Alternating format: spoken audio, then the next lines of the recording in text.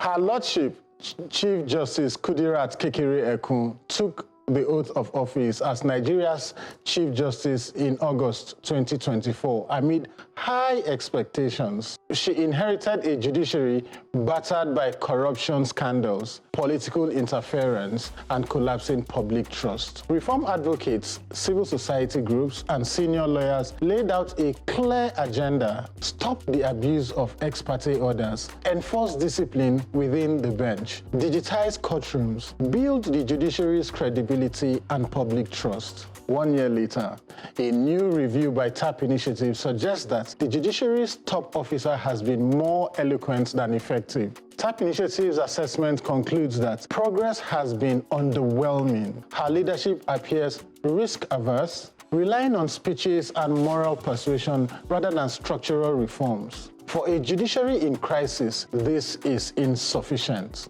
Although the Chief Justice has repeatedly stressed the need for e-filing and virtual hearings, there has been no nationwide rollout.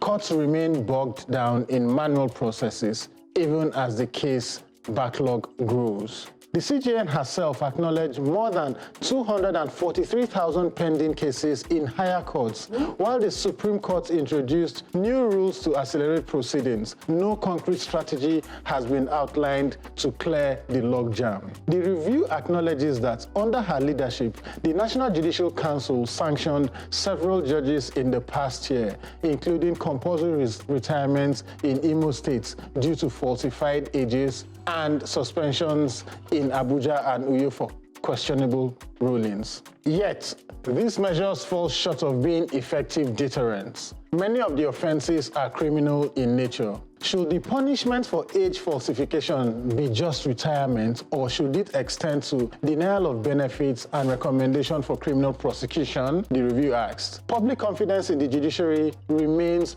low, despite the CJN's avoidance of nepotism in appointments. Concerns over judicial independence also persist, as judges continue to depend on cars and housing provided by state governors. A practice reform advocates say undermines neutrality, especially ahead of the 2027 elections. The Lord Chief Justice has diagnosed the judiciary's problems, but has yet to deliver solutions.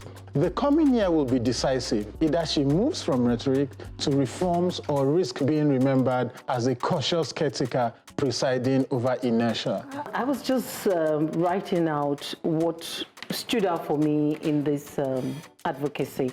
The first is that the present Chief Justice of the Federation inherited a judiciary that was battered. And the report card says she's more eloquent than effective.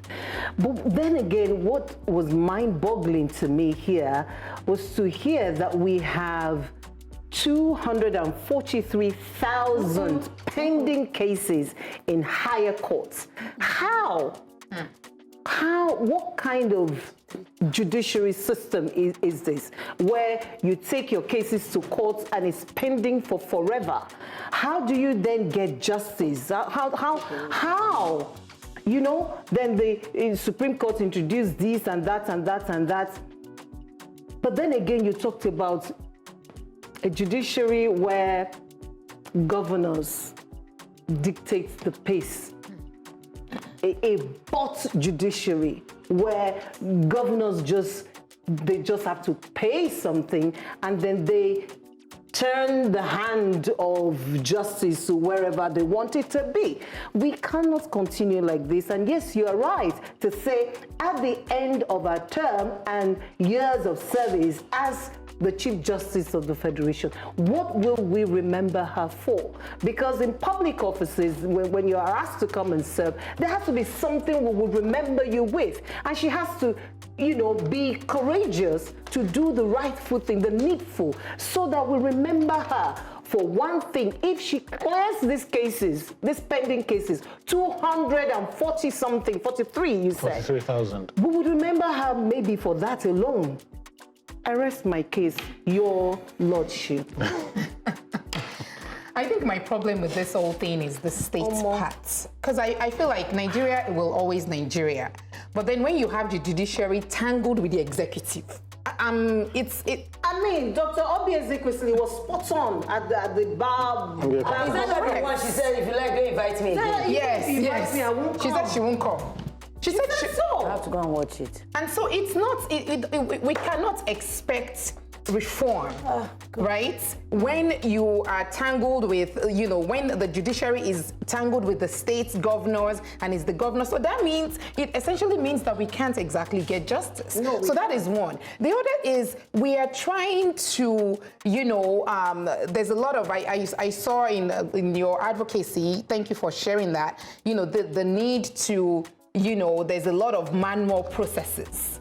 Right, and so we are in an environment where we actually need to modernize, but there's a lot of diagnosis. I feel like honestly speaking, this is how I think about it. This is our first year, and there's a lot of she's diagnosing a lot of issues, which is why some people are saying she's eloquent, she's just talking about it. But I am hoping that in her second year, she can go from diagnosis to actually delivering. But the interesting thing about being a Chief Justice is that you've been in Supreme Court for a while. Exactly. You've risen through the ranks, so you know. So it's not like you're a president you've never been a president and you became president. So that is the problem. And there are other people, there are other people who don't have the luxury of staying for 4 years. She's going to be Chief Justice for 4 years. Some people retire, they just become Chief Justices in less than a year and because of their retirement age, and then they're gone. But she has time to start reforms and watch those reforms unfold. She needs to move to action very quickly, unfortunately. Courage. And I think that the courage is a big part of it, but I think another big part of it is actually this: we need to untangle it.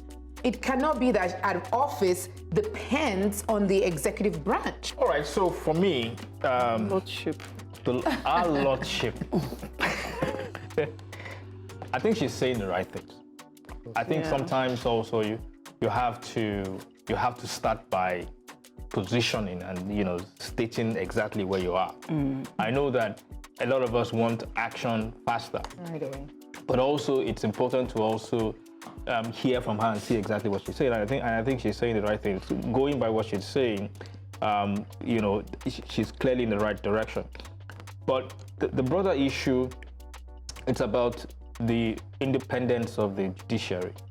So we have a situation where the judiciary is independent by name only, not in reality. Indeed. Okay? Yeah. And especially we see this mostly in the subnational. In the federal level, we could say that, it's there because the judiciary draws its revenue directly from FAC. But in the states, it's different. And so, it's the reality there is that where there needs to be a lot of advocacy by her and also, the National Judicial Council, is that they really need to go down to the states Subnational. and really get things going. Yeah. Now, It's not just the states.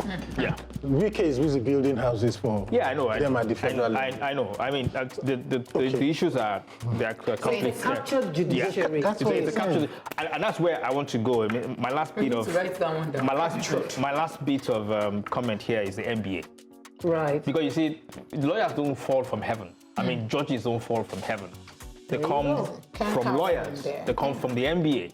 Okay, and if you already have a very corrupt, indisciplined, compromised MBA, to which this is the core that produces judges at state level and national level and all that, then you're going to have this problem. So one thing I actually agree is that I believe strongly, I have strong faith in Chief Justice Kekere-Ekun.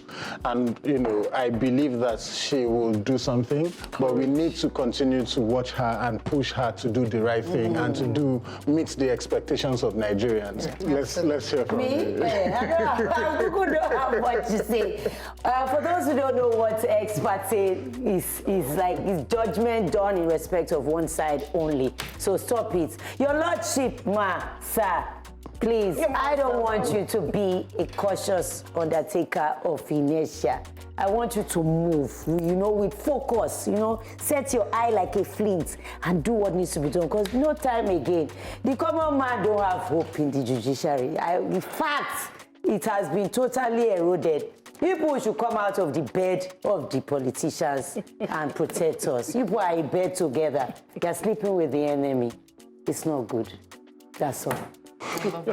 Where demands for urgent reforms are met with inertia, it suggests that those at the helm are deaf and blind to the signs of the times, and this is troubling. Matt, well done. I'll definitely highlight a sign of our times. One-on-one connections are being replaced by distant social media clicks and scrolls. Does this trouble you? Certainly does me.